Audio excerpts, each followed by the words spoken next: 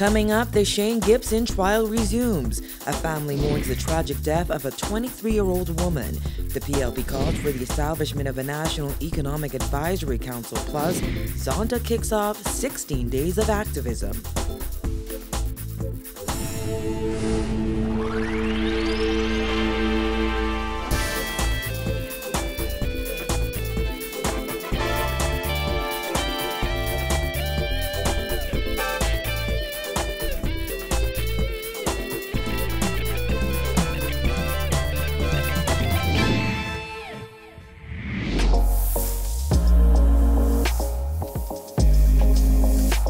Our news is brought to you by Alive.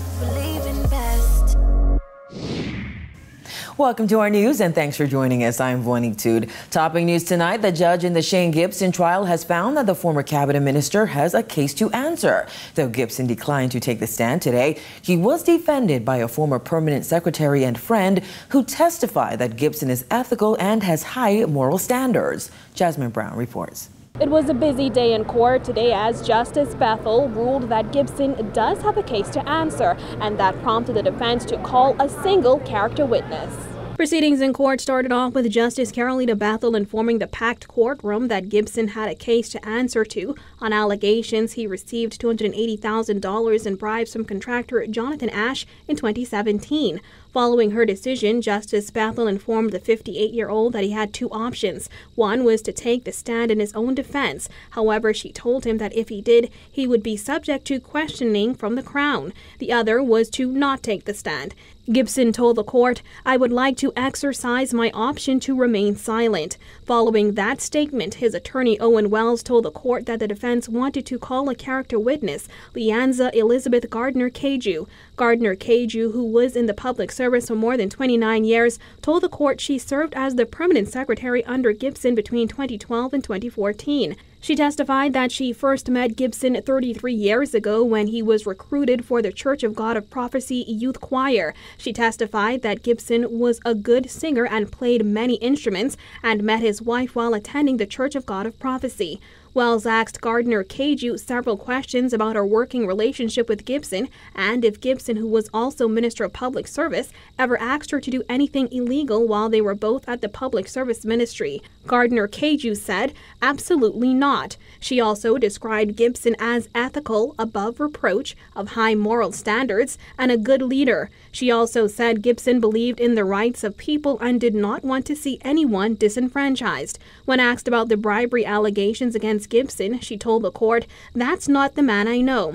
Gardner-Caju was also questioned by lead prosecutor James Guthrie QC, who asked Gardner-Caju if she was still working at the ministry during Hurricane Matthew cleanup efforts. She confirmed she left 2 years before in November 2014. The trial continues tomorrow with closing arguments. Reporting for our news, I'm Jasmine Brown. The mother of a 23-year-old woman who was killed in a 3-car collision last week is overwhelmed with grief. Family members say she died days before her birthday, leaving behind a 10-month-old baby. They spoke with Jared Higgs. I said, "Deidre, mommy, so I'm not knowing. I will be my last time talking to my child." 46-year-old Deidre Cox was inconsolable as she described her relationship with her daughter. 23-year-old Deidre Cox was killed last Thursday in a 3-car collision at the intersection of Taylor Street and Alexandria Boulevard in Nassau Village. The young woman leaves behind a baby boy. She called me that day. She said, "Mommy, please, come get Brooklyn.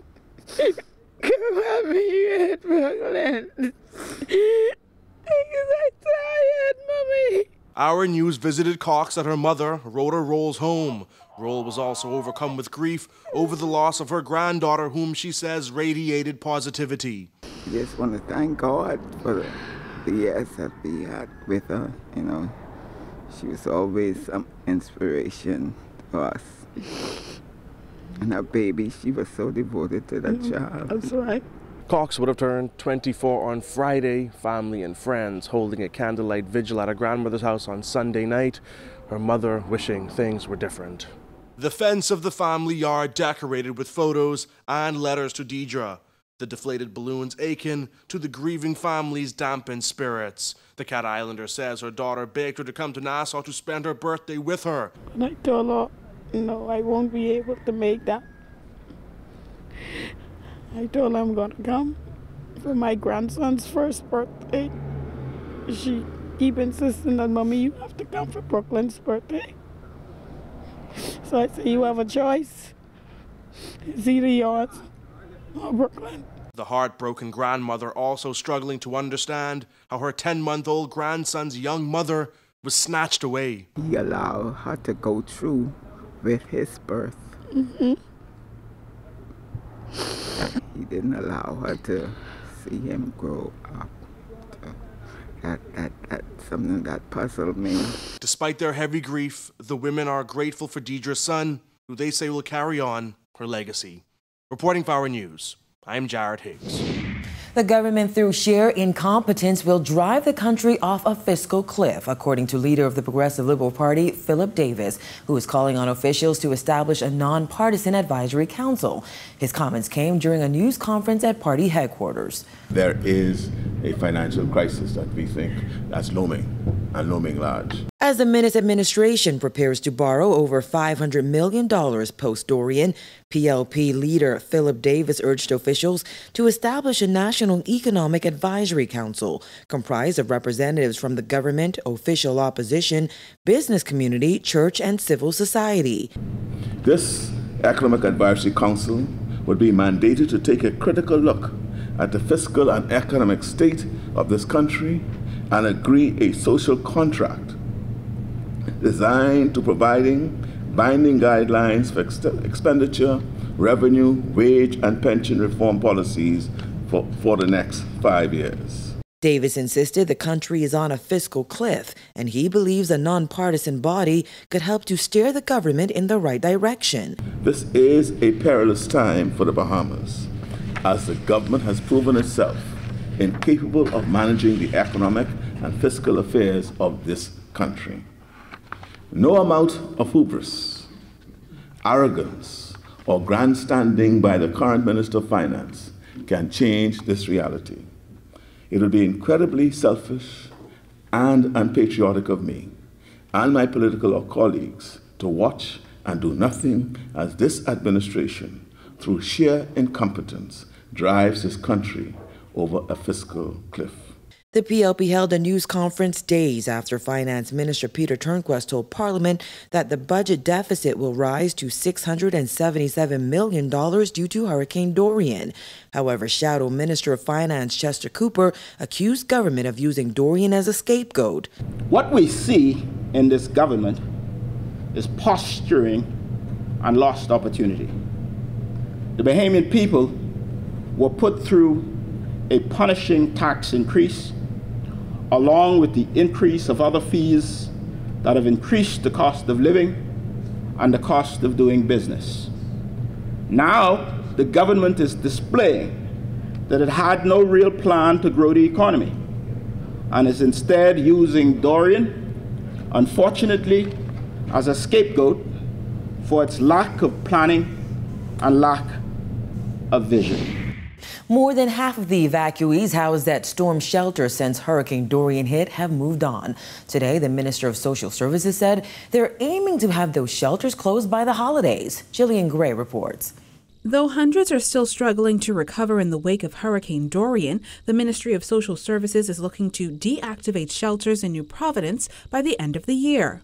Much work is being done in terms of preparing homes. We know of the mobile homes. We know of other initiatives that are being made. And so we see the numbers in our shelters decreasing to the point where I think it's now less than 600.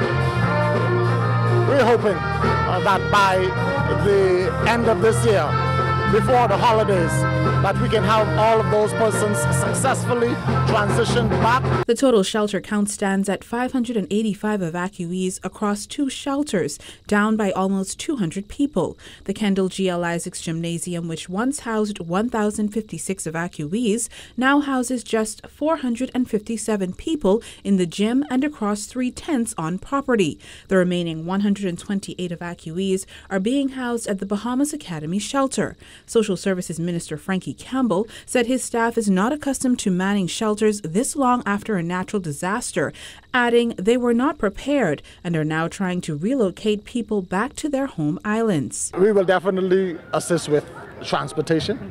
We got to get them back home. Persons who may find themselves needing to rent, we will assist with rental assistance.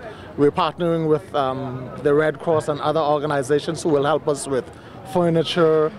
We've already initiated the uniform assistance. The Department of Social Services offices in Abaco and Grand Bahama have resumed normal working hours to assist storm survivors. Campbell said as they were short-staffed before Hurricane Dorian hit, his staff has been stretched to the limit. So that is another reason why the sooner we're able to deactivate those shelters, successfully transition those persons, our staff can now go and start to attend to their personal lives.